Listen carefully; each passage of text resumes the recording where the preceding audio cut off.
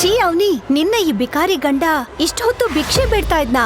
ನಮ್ಮನ್ನ ಏರ್ಪೋರ್ಟ್ ಇಂದ ಪಿಕ್ ಮಾಡೋಕೆ ಈ ಡಕೋಟಾ ಸೈಕಲ್ ತಂದಿದ್ದಾನೆ. ಛೀ, ಇವನು ಅವನಿ ಹಸ್ಬೆಂಡಾ? ನಾನ್ ಇವನನ್ನ ಭಿಕ್ಷುಕ ಅನ್ಕೊಂಡಿದ್ದೆ.